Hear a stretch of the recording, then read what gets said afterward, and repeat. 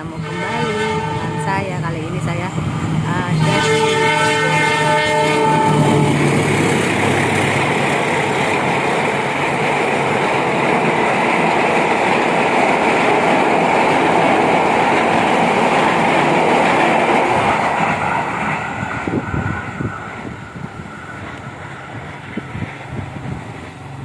kita refreshing sambil lihat kereta api, bisa menikmati soto Mbak Retno.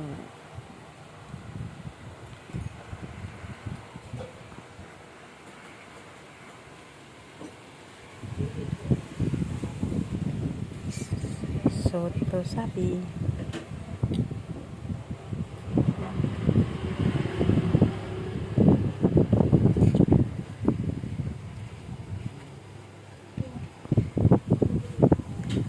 Tempat ini cocok untuk mengajak anak-anak kecil melihat kereta api sambil refreshing.